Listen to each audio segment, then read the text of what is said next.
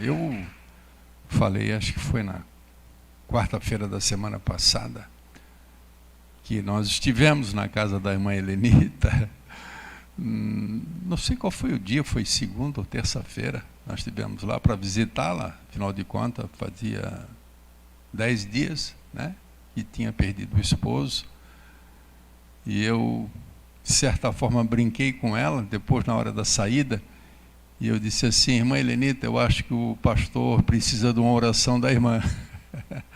Porque nós viemos visitar a irmã, e nós saímos visitados, realmente, em ver, né, a força da irmã que Deus, certamente Deus deu, né, a consciência, essa consciência maravilhosa, né, da condição do irmão nesse momento, do irmão Soares na presença de Deus. Isso alegra o coração. Triste é quando a gente perde um ente querido e a gente tem dúvidas com relação à salvação dele, né? E a Bíblia nos traz muitos exemplos. A gente se maravilha quando Deus chama alguém, né, de uma forma muito especial, mas Deus chama as pessoas, os seus, para si no momento que Ele quer e da forma como Ele quer, né? É claro que a gente não quer que os nossos parentes, os nossos amigos sofram no hospital, né, com toda aquela situação, mas Deus sabe de todas as coisas. Então eu fiquei muito feliz, porque nós já estávamos tristes com a perda do irmão, né, e eu, como pastor, tinha essa obrigação de visitá-los, né, e levar uma palavra de consolo. Puxa vida, eu fiquei tão feliz, senti um ambiente tão consolado por Deus, né, e eu falei para minha esposa: eu estou saindo daqui da casa da irmã Anitta agora alegre, estou saindo alegre, né? Eu quero continuar pedindo para a igreja estar orando por algumas pessoas. E você sabe, 2 pessoas você sabe que ainda estamos orando, que é o irmão Maurício da Sóquio. Não sei se vocês sabem, mas o irmão Maurício da Sóquio, ele é fundador dessa igreja com a gente, em 98, é um dos fundadores. Na realidade, foi a pessoa responsável por achar esse local aqui, na época, quando a gente estava começando o trabalho Batista Nacional em Itajaí. Esse irmão teve uma participação muito bonita na igreja. Depois, aprove a Deus levá-lo para outro lugar, né? E ele está passando realmente, já está, eu acho que quase 30 dias já está, irmão Maurício, né? E o filho dele, que é médico, tem passado os boletins que ele recebe. Ele está lá em São Paulo e ele recebe o boletim do médico aqui. E parece-me que essa noite ele teve uma piora significativa. E eu sempre digo para os irmãos da igreja: a gente ora até o fim. Até o fim a gente ora, né? Para que a gente possa ter essa convicção que o Anderson manifestou aqui. Para que não pare no nosso coração, sabe, uma assim: puxa, será que a gente orou pouco? Será que a gente não orou pelo irmão? Será que a gente não fez o nosso papel? E o nosso papel é orar. Nós somos tentados, irmãos, especialmente quando a gente vê assim o desenrolar de uma vida que entra num hospital, todo o processo, a gente já começa a querer já fazer a coisa de uma maneira lógica, dizendo assim, tipo, já está indo para aquela situação. Mas isso aí, nós sabemos que existem os profissionais que estão trabalhando, né, mas acima de tudo existe Deus, que também está sobre todos, sobre tudo, sobre todos. E nós, como igreja, temos que fazer isso. Nós temos que fazer a nossa parte, que é orar, né? Nós temos também o senhor Rodrigo, que é o pai do Romero, já está também há alguns dias, né? A situação também bem delicada. E nós tivemos hoje a notícia, soubemos hoje só, do irmão que congregou muito tempo aqui com a gente. Ele morava em Itapema, mas depois ficou difícil com os verões aí. A vinda de Itapema para cá era praticamente um suplício, levava quase 1h30 no trânsito, né? O irmão Denner e a irmã Suzila, praticamente eles nasceram espiritualmente nessa igreja. E o irmão Denner fiquei sabendo hoje, está entubado, né? 40, 50 anos. E amigão nosso, um frequentava a minha casa, eu frequentava a casa dele, muito, irmão muito querido. Acho que o irmão Pedro se lembra do Denner e da Suzila, né? E aí, claro, a esposa está arrasada, né? E ele está lá, mandou um áudio para a esposa, aquela coisa difícil, né? Então, eu gostaria que, se você se lembrar, né, quando você orar por esse irmão, né, que tem uma ligação forte com a gente, muito forte. E ontem também, uma pessoa da minha família, meu irmão, que mora em Criciúma, é médico e coincidentemente é pneumologista, a especialidade dele é de pulmão, e ele foi acometido ele já tinha tomado a primeira vacina, e questão de, sei lá, 20 dias depois de ter tomado a primeira vacina, ele mandou um recado para mim: ó, Fernando, eu estou com Covid, estou com 25% de comprometimento do pulmão, e estou em casa, estou tomando uma medicação. Ele não falou qual era a medicação. No dia seguinte, ele estava indo para, que foi hoje, eu acho, ontem à noite, foi para a Unimed, aí já teve que ser internado, e de um dia para o outro, de 25% passou para 50%. O ataque está sendo muito forte, né? E ele, muito cansaço, sem apetite, né? Muito fraco, e ele está lá agora internado também, né? Foi a última notícia que eu tive hoje à tarde, e é um irmão meu de sangue que já deu testemunho nessa igreja, aqui em cima desse púlpito, ele testemunhou quando Deus o curou de um câncer praticamente mortal, onde não tinha chance nenhuma. Mas, né, gostaria que os irmãos se lembrassem, né, desse meu irmão de sangue. Nós sempre fomos muito companheiros, eu e ele, né? Temos uma diferença pequena de idade, então nossa juventude foi junto, tudo isso, né? Mas foi para Criciúma, fez medicina, eu vim para Itajaí, mas de vez em quando estamos juntos, quando é possível, especialmente antes da pandemia, a gente estava se reunindo, tá? Então peço os irmãos que estejam orando pela vida dessas pessoas. Quero abrir com vocês um texto que está em Lucas, Lucas capítulo de número 13.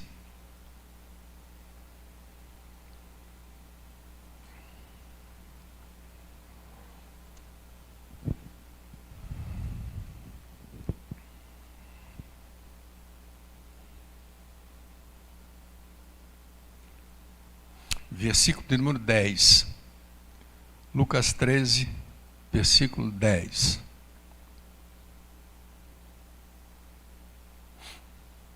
Muito embora o texto refere-se à cura de uma mulher, eu não vou falar sobre cura.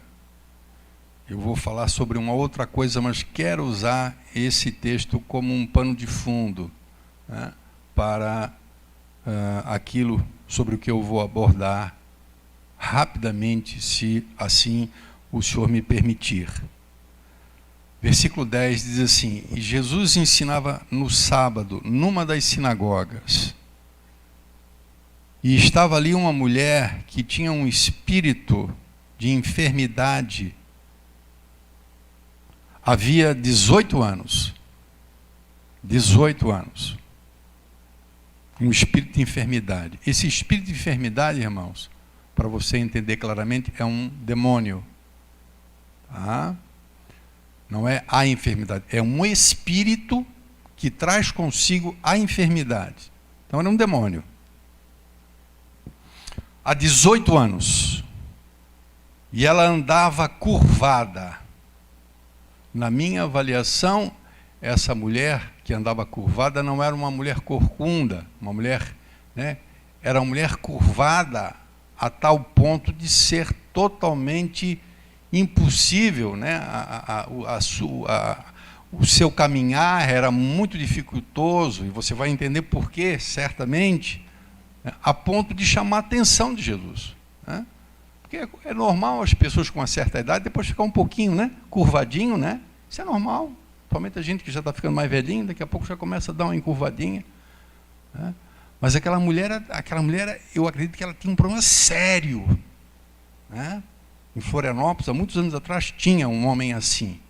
Andava com a cabeça quase na altura do joelho, bem torto assim para o lado, né? E vendo a Jesus, chamou para si, versículo 12, diz, e disse para ela: mulher, estás livre da tua enfermidade. E impôs as mãos sobre ela. E logo ela se endireitou e glorificava a Deus. E tomando a palavra o principal da sinagoga, indignado porque Jesus curou no sábado, disse para a multidão: vocês têm 6 dias para trabalhar e nestes vocês podem vir para ser curados, mas não no dia de sábado. Respondeu-lhe, entretanto, o Senhor e disse: hipócrita, no sábado não desprende da manjedoura cada um de vós o seu boi e não o leva para beber água?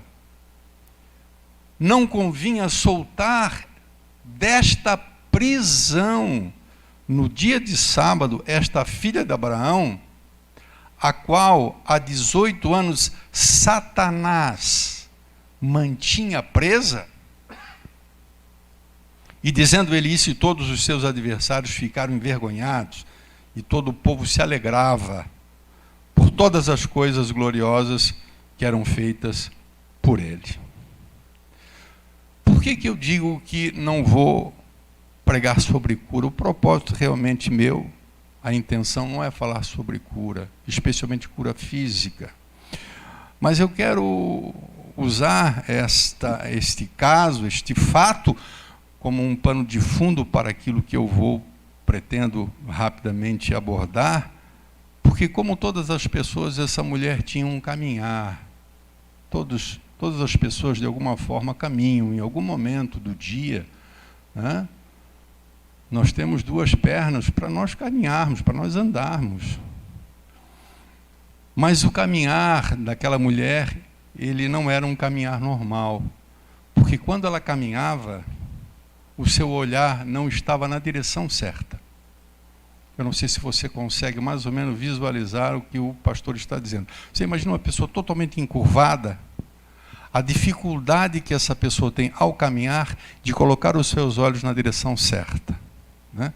Muito provavelmente, o esforço que ela teria que fazer, inclusive, não somente para olhar para frente, mas para olhar para o alto, por causa da sua posição. Tudo aquilo dali fez o Senhor, porque fosse simplesmente uma pessoa, né, corcundinha, eu acho que não seria o caso, né, de Jesus de chamar a atenção. É porque realmente era uma coisa feia e era uma coisa muito incômoda para ela, né? E eu quero falar justamente sobre tipos de olhar, né? Ou antes, eu gostaria de falar sobre o olhar que se dá na direção certa. E nesse tempo que nós vivemos, esse tempo de luta, né? Esse tempo de pandemia que a gente vive, né? E há quem diga que nós não estamos vivendo uma segunda onda, há quem diga, médicos que dizem que nós estamos vivendo uma nova pandemia. Então, tudo isso deixa as pessoas muito preocupadas, né? E é muito comum nesse tempo a gente ser tentado a olhar como aquela mulher olhava literalmente quando caminhava. Nós estamos caminhando, a nossa vida é uma caminhada, né? A nossa vida prevê um caminho a ser percorrido. O meu caminho eu não sei até onde vai, você não sabe até onde vai ser, mas nós temos um caminho, nós temos uma jornada. E nessa jornada e nessa caminhada nós temos que ter o olhar numa direção certa. Provavelmente o olhar dessa mulher era um olhar para baixo, né? Era mais cômodo, muito provavelmente, né? Para não dizer obrigatório, pela posição em que ela se colocava para andar, né? Ela não tinha uma condição de olhar para frente como nós olhamos. E eu quero usar inicialmente esse tipo de olhar, porque hoje, nesse tempo, é o olhar de muitos de nós. E eu quero dizer que todos nós, sem exceção, em algum momento da nossa vida já andamos assim, olhando para baixo. É aquele olhar do abatimento. Você já viu uma pessoa alegre andando na rua, como é que ele anda? Você já viu alguma pessoa alegre na rua olhando para baixo, para o chão? Cabisbaixo? Não. O olhar para o chão é o olhar daquele que está cansado, cansado de alma, aquele que está abatido, aquele que está que perdeu o interesse, né? Às vezes a pessoa está tão abatida, a pessoa está tão triste, está tão desanimada, que no andar pela rua, ela pode de repente até ouvir alguma coisa que chame a atenção das pessoas, mas o seu olhar não deixa de estar para baixo, porque essa é a sua postura, né? Eu sempre digo que o nosso corpo, ele expressa muito, muito a nossa alma, o nosso corpo.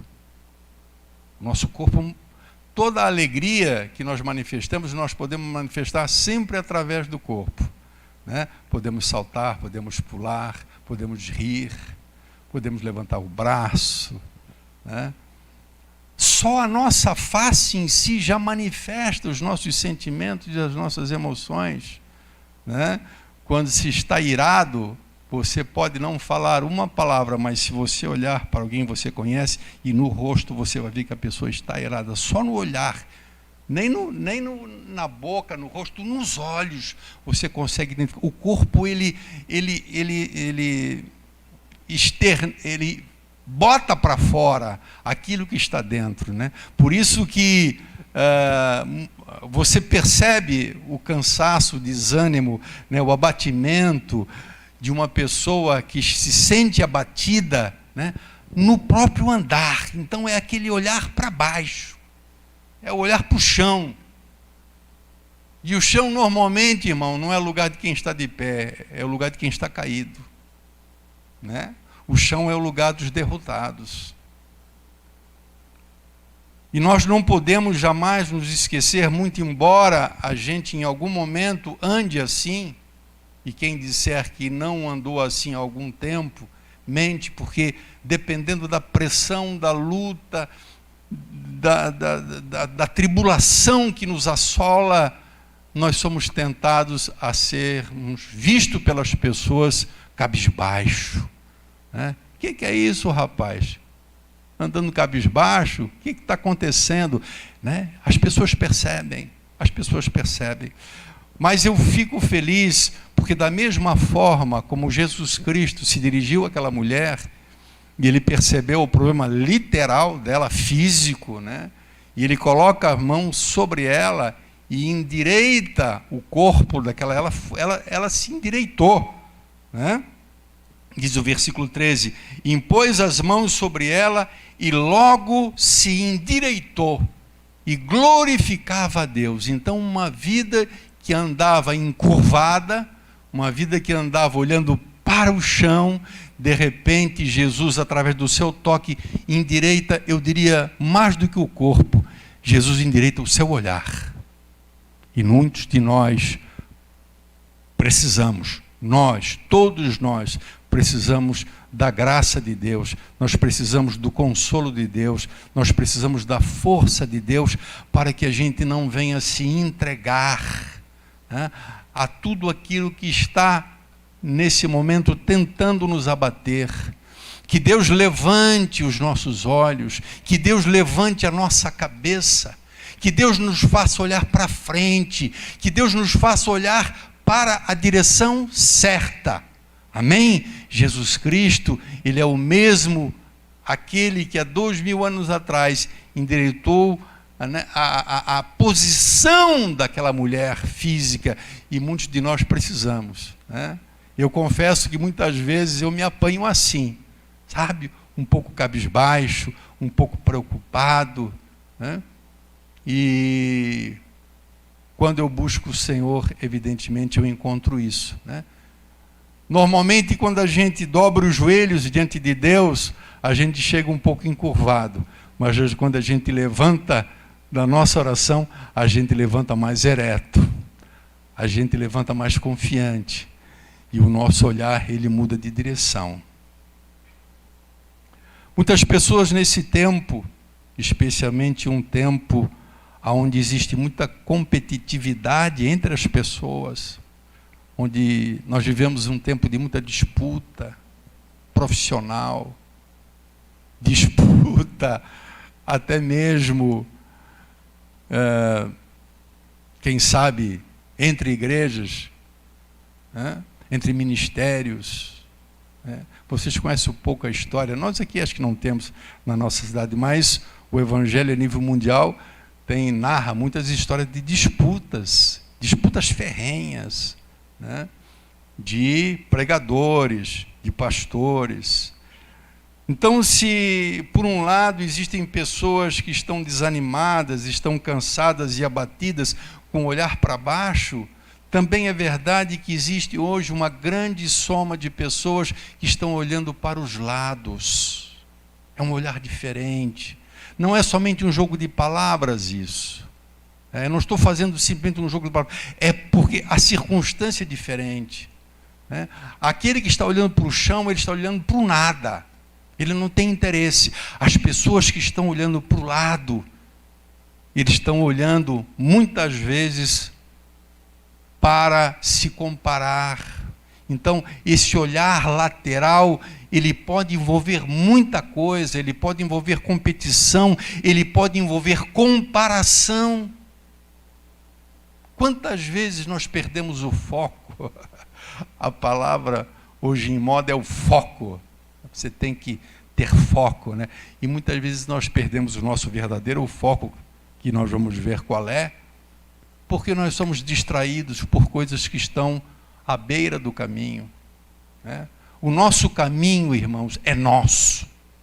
Aquele caminho é o caminho que Deus preparou para nós, e nós temos que ter, olhar na direção certa. Mas muitas vezes a paisagem, entre aspas, o que está à beira do caminho nos faz perder o foco. E nós começamos a olhar para tanta coisa. Paulo diz que nós não devemos andar por vista, mas nós devemos andar por fé. Ele mesmo testemunha e diz: eu não ando, nós não andamos por vista, mas andamos por fé. Mas como nos atrapalha, irmãos, andarmos por vista, né? O pastor Daniel falou sobre os rumores, sobre as más notícias, sobre aquilo que sucede ao nosso redor. É o olhar para o lado. Nós não temos que olhar para o lado. O único olhar para o lado que é louvável diante de Deus é o olhar para o oprimido, é o olhar para o desamparado, é o olhar para aquele que precisa da nossa ajuda e do nosso socorro. Mas jamais devemos olhar para o lado no sentido de nos sentirmos superiores ou inferiores, de nos compararmos, de olharmos para aquilo que é do outro, de queremos entrar numa competição, muito embora esse mundo, infelizmente, né, leve e incite as pessoas a competirem. Esse olhar lateral muitas vezes é o olhar do medo. Pior do que se comparar, do que olhar para o que o outro tem, ou faz, ou possui, é o olhar do medo, é o olhar para o que sucede ao nosso lado, que pode nos meter medo. E muitas vezes isso é perigoso, para não dizer sempre. Algumas vezes pode ser fatal. Quando nós falamos, e é uma passagem, eu creio que praticamente todas as pessoas conhecem, né? Quando Jesus Cristo ele vem andando sobre as águas e os discípulos estão no barco, né? E Jesus chega a uma certa distância do barco e Pedro reconhece que realmente, depois de acharem que era uma outra coisa, que era um fantasma, que era uma assombração, né? E Jesus grita para eles, eles reconhecem a voz. E Pedro ele faz algo interessante que muitas vezes nós não fazemos. Pedro ele pede autorização para andar por sobre as águas. Pastor diz isso na Bíblia, que ele pede autorização, não exatamente com essas palavras, mas quando ele diz para Jesus: Senhor, já que és tu que estás aí, manda eu ir ter contigo. Esse manda é diferente dele ter dito assim: Senhor, já que és tu que está aí, eu vou tomar a iniciativa e vou fazer isso que o Senhor está fazendo também. Não, ele disse: manda eu ir ter contigo. Quer dizer, me autoriza, me dá uma palavra rema, me dá a liberdade e me permite, a permissão de eu poder ir até onde o Senhor está. E é algo interessante. Eu, muito tempo, levei para me aperceber de um detalhe. Pedro, ele anda um bocado, gente. Sabe por que ele anda um bocado? E dá para discernir isso no texto. O texto diz que quando Pedro anda, e não sei quanto tempo ele anda, ou que distância, mas num dado momento ele começa a afundar. Justamente porque ele começa a olhar para os lados. Olhar para a altura das ondas, ele começa a olhar a força do vento. Mas quando ele começa a afundar, a Bíblia não diz que Jesus Cristo apressou o seu passo e chegou até onde estava Pedro e estendeu a mão. A Bíblia não diz. A Bíblia só diz que ele estendeu a mão. Isso significa que Pedro estava muito perto de Jesus. Eu não sei se eu me fiz entender. A Bíblia não diz que quando Pedro começou a afundar, que o Senhor correu até ele e estendeu a mão. A Bíblia diz que o Senhor só estendeu a mão e o levantou. Isso, de certa forma, é preocupante, porque poderia alguém pensar: puxa, será que existe alguém que percorre uma grande distância e depois de percorrer uma grande distância, ele vem afundar e não alcançar o Senhor? Isso é uma coisa para nós pensarmos, né? Você diz: puxa vida, eu conheci uma pessoa que esteve dentro da igreja 20 anos, 15 anos, fazia parte de ministério, cantava em louvor, pregava na igreja, evangelizava, e hoje está desviado. Caminhou tanto tempo, mas em alguma coisa, em algum momento, o distraiu e o fez tomar a sua atenção, especialmente no meio dos jovens. Isso é muito comum, né? Especialmente jovens que crescem dentro da igreja, né? E chega num dado momento, o mundo começa a mostrar o seu lado cativante, o seu lado tentador, né? Então ele perde o foco, ele deixa de olhar na direção que ele deveria olhar e ele passa a olhar para o lado. Olhar para o lado é perigoso. Nós temos que olhar para frente. Nós temos que olhar para a frente sempre. Talvez o pior olhar é o olhar não que se dá para baixo, o olhar que se dá para a lateral, porque entende-se que enquanto se olha para o lado, ainda há possibilidade de se caminhar. Tem gente que dá uma olhadinha para o lado e caminha, né? Tem gente que vai até caminhando e olhando para o lado, o que não é certo. Mas o pior olhar, eu acho que é o olhar para trás. Quando se olha para trás, é o olhar da desistência. Israel olhou para trás, quando estava no deserto, e num dado momento, eles sentem saudade do Egito.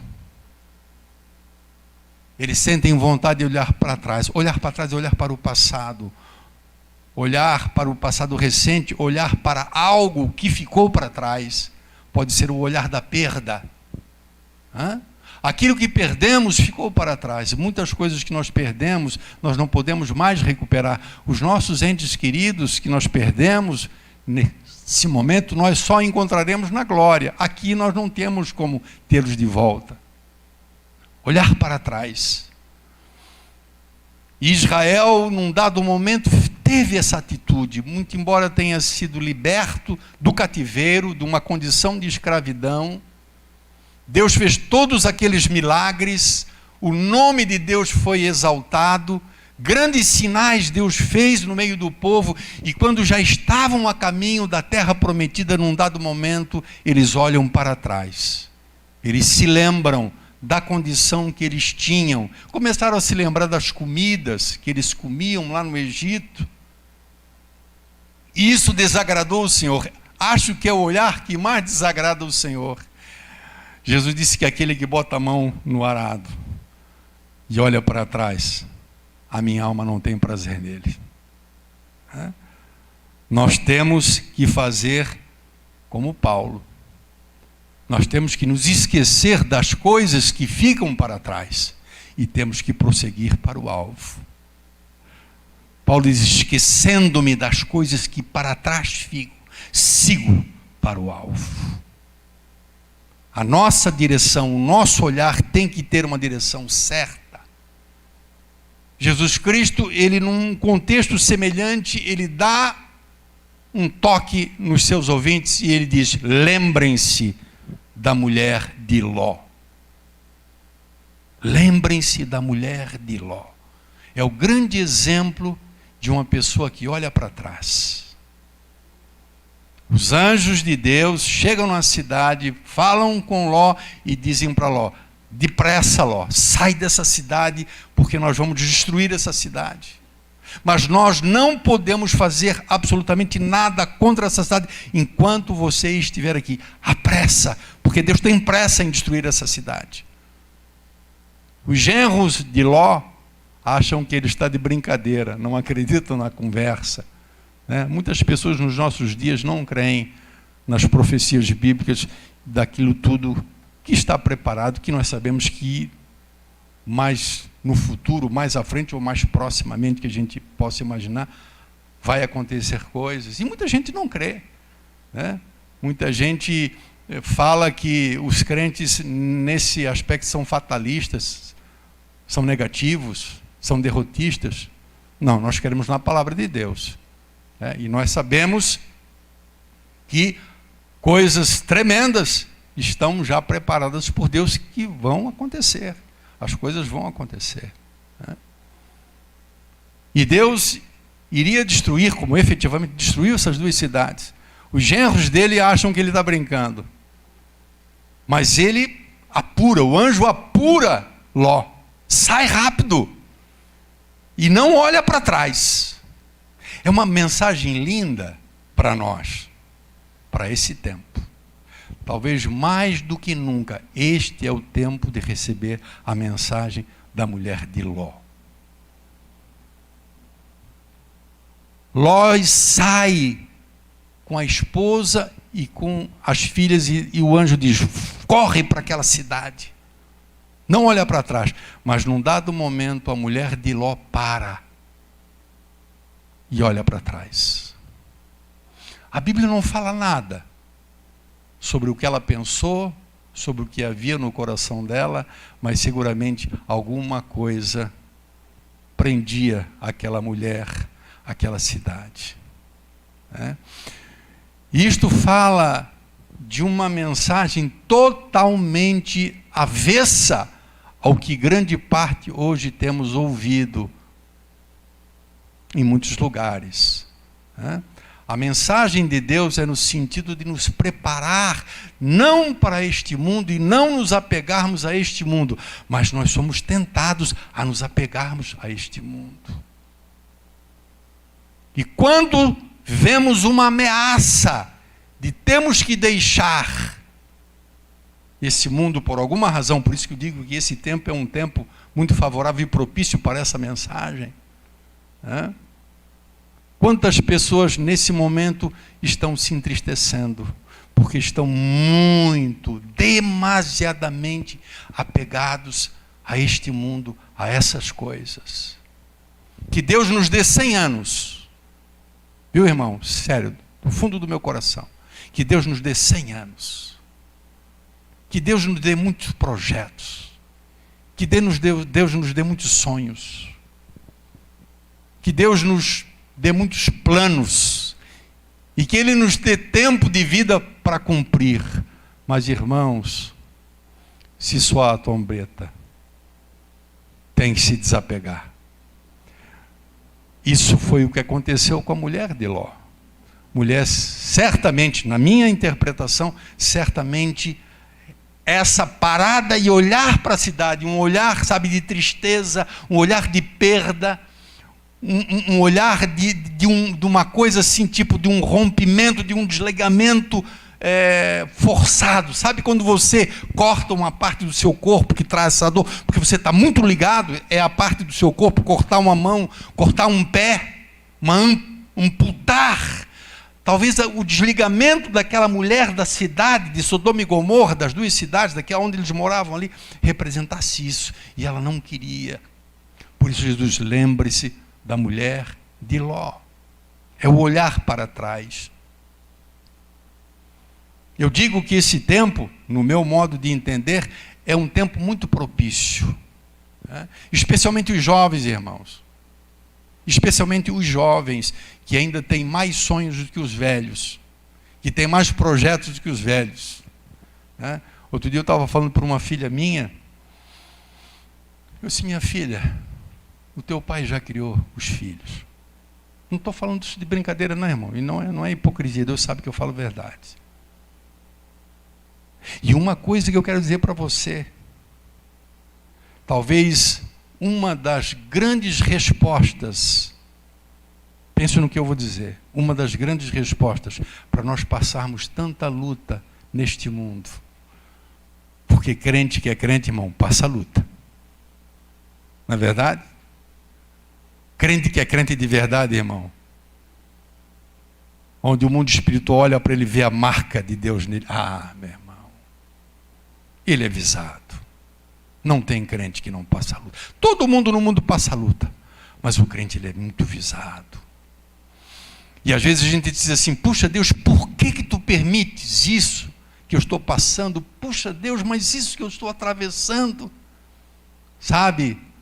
E aí de repente você consegue discernir que no teu coração começa a existir um desapego. Porque aquilo que não te é agradável, aquilo que não te é confortável, aquilo que não te é muito prazeroso, a tendência é você não se apegar a isso. Nós temos como cidadãos, como família, como pais de família, nós temos responsabilidade neste mundo, sim. Nós temos que trabalhar, nós temos que gerar impostos, nós temos que educar nossos filhos, nós temos que empreender para dar emprego para as pessoas, nós temos um papel a desempenhar, mas nós não podemos estar apegados. Quando a palavra diz que nós somos peregrinos e forasteiros, é isso que a palavra de Deus diz. Mas quantas pessoas nesse momento estão muito aflitas? Mas quantas pessoas estão nesse momento tranquilas? Eu não sei se vocês souberam, mas esse irmão faleceu agora por esses dias, o irmão e cantor evangélico, o irmão Lázaro, né? Não sei se foi muito rápido o processo dele, mas ele há poucos, eu não sei se poucos dias, mas seguramente foi na pandemia, porque ele fala sobre o vírus, né? Nesse vídeo, aonde ele fala sobre aquilo que tem se pregado pouco, que é o arrebatamento da igreja, e sobre morte, que é um assunto que não cabe hoje, né? No mundo num tempo em que a igreja usa muito a mensagem motivacional e da bênção e da prosperidade, da vitória, sabe, e de fazer as pessoas de alguma maneira não terem saudade da eterna morada. Quando isso aqui está bom demais, irmãos, nós queremos ficar aqui, né? E esse irmão, não sei se todos conhecem, ele foi cantor muito tempo do Olodum, o testemunho dele é muito forte, né?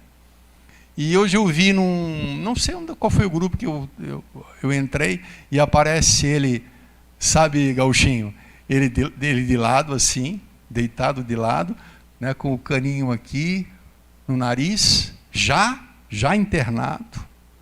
Não sei se estava ainda ali, acho que ainda estava talvez no início do processo, mas já estava recebendo oxigênio, já estava com, né, talvez aí já os seus 25% já comprometido.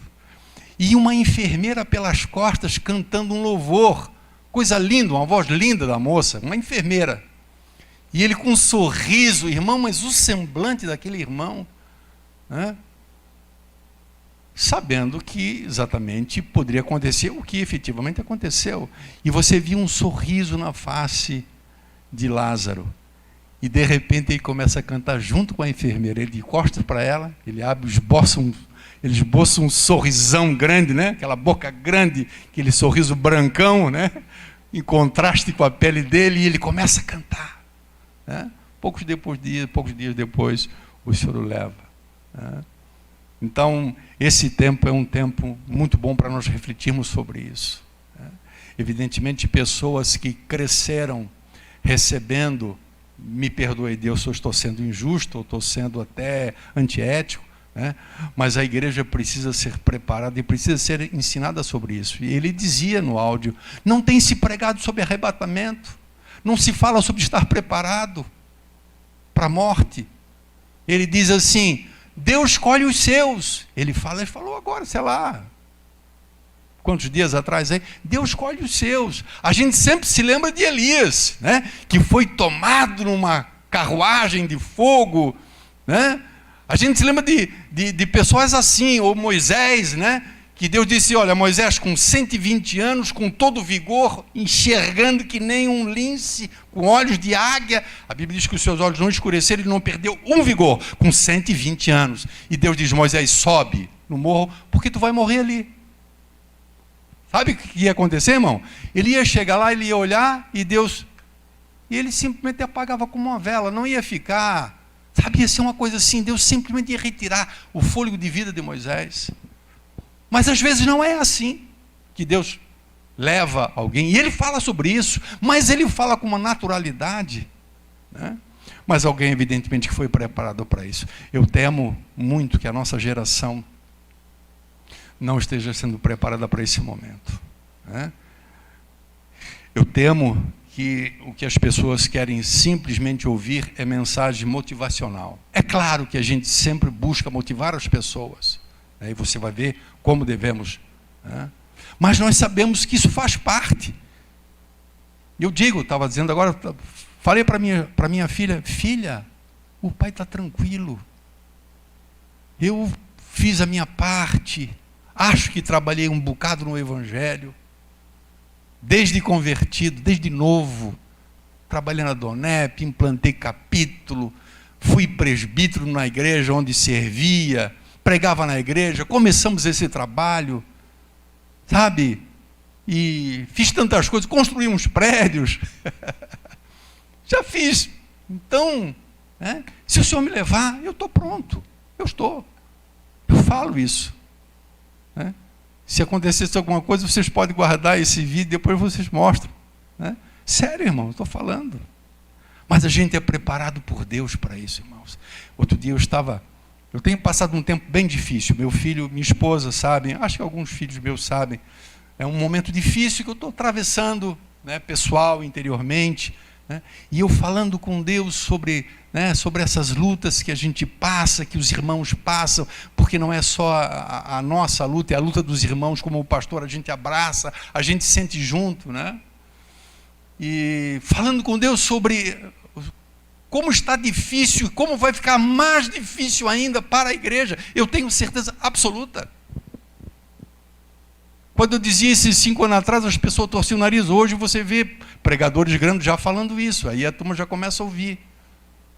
Vai ser difícil para a igreja, irmãos. Não tem dúvida. Já está se estabelecendo uma batalha espiritual. Hoje, no Brasil, já está. E é espiritual, irmão. Isso está, e a igreja vai passar por isso. Então, o meu receio é que a igreja não esteja preparada para esse momento. A gente vê muitas pessoas desesperadas, né, porque foram acostumadas a se alimentarem com mamão e açúcar, irmão. Eu gosto muito de pudim de leite. O Daniel, o pastor Daniel, gosta de brigadeiro. Irmão, uma coisa maravilhosa, a gente comer um pudim de leite. Eu sou capaz de comer uma tigela daquela inteira de pudim de leite. Quer ver se vê aquele coquinho embaixo assim, irmão?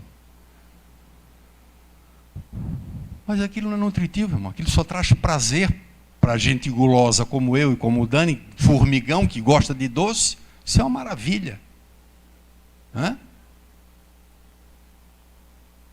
Tem criança que só come também essas coisas, só porcaria assim, só essas doçuras, essas coisas, mas precisa de um alimento realmente nutritivo. E eu temo que a nossa geração não está sendo preparada para isso. São mensagens que não agradam o ouvido, mas quebram o coração. Hoje alguém postou ontem no nosso grupo, Charles Spurgeon, se não me engano, ou acho que foi Charles Spurgeon, um pregador, e pelo menos aparece ali o nome dele, né?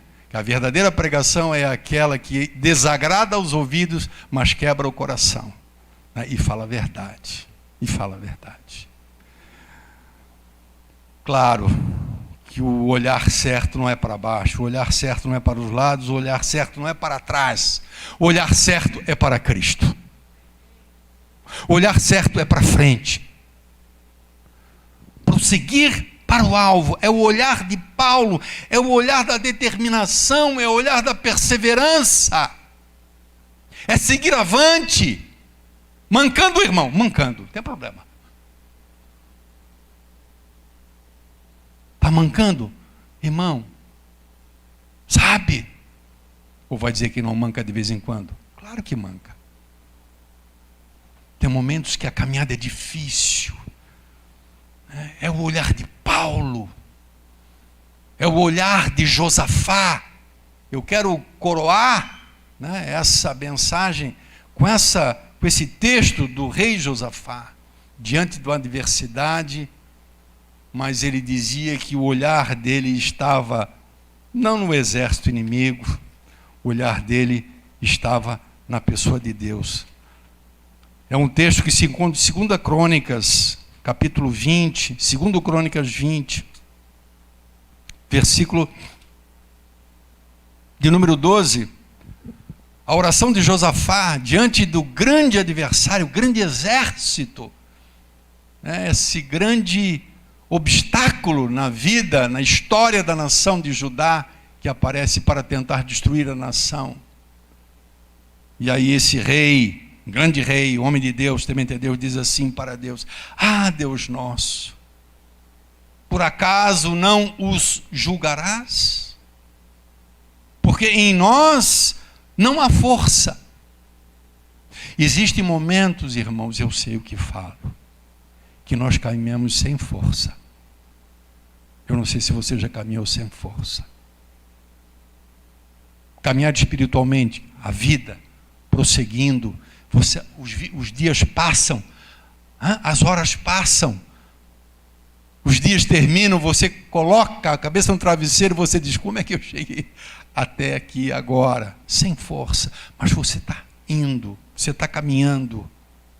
Porque em nós não há força diante desta grande multidão que vem contra nós, Senhor. E nós não sabemos o que faremos. Porém, os nossos olhos estão postos em Ti. Olha só a ênfase do rei, né? Ele não estava olhando para baixo. Não era um olhar de desânimo. Não era um olhar de entrega, de derrota. Ele não olhava para o lado, ele não olhava para o exército. E ele tinha, evidentemente, avaliado o exército, mas ele não ficou preso a olhar para o exército. Porque quando a gente começa a olhar para essas coisas, a gente fica meio que em estado de letargia, a gente fica meio que paralisado. O nosso olhar tem que estar em Deus. Ele diz: porém, Senhor, não obstante tudo isso, os nossos olhos estão postos em Ti. O nosso olhar está em Ti. Eu sempre gosto, quando penso sobre essa questão de olhar para frente na nossa caminhada, né? É como aquela criança que está aprendendo a andar. Eu já falei isso na igreja algumas vezes, mas é um exemplo muito claro. A criança que está aprendendo a andar, né, e que está na sua frente o seu pai com o braço aberto e dizendo para a criança vir, e a criança começa a andar, e normalmente quando ela está dando os primeiros passos, via de regra, o seu olhar se posta no pai ou na mãe, que está lá do outro lado. Mas se alguém fizer um barulho do lado, se alguém fizer alguma coisa que chame a atenção da criança, normalmente quando ela olha para o lado, ela cai. Como foi com Pedro, né? Nós não temos que olhar para as mortes. Nós nos compadecemos com aqueles que perdem os mortos, os seus mortos, que perdem os seus entes, né? Nesse sentido, sim. Mas nós não temos que olhar para aquilo que nos cerca, aquilo que está nos rodeando, aquilo que está sucedendo. Nós não temos que olhar para o plim-plim. Plim-plim não tem ajudado muito, né, irmãos? Não tem ajudado. E muitas vezes nós somos tentados a olhar. Eu sou tentado, você é tentado a olhar, né? E aí você recebe uma bomba. Você é inundado só com coisas ruins. E você começa a olhar para aquilo. E quando você se apercebe, você está envolvido por aquilo. Deus quer que a gente olhe para Ele, que a gente olhe para frente, que a gente continue. Mesmo que em algum momento nos falte força, mesmo que em algum momento a gente não sabe o que fazer, mas vamos continuar, jamais desistir. Nosso querido Deus, entregamos a Tua palavra. Sabe, Senhor, às vezes eu tenho a impressão, e me perdoe o Senhor se eu estou totalmente equivocado, mas eu acho, Pai, que nós estamos entrando naquele tempo a respeito do qual Tu falaste no livro do Apocalipse, que diz que aquele que é justo pratique mais justiça, aquele que é santo se santifique mais.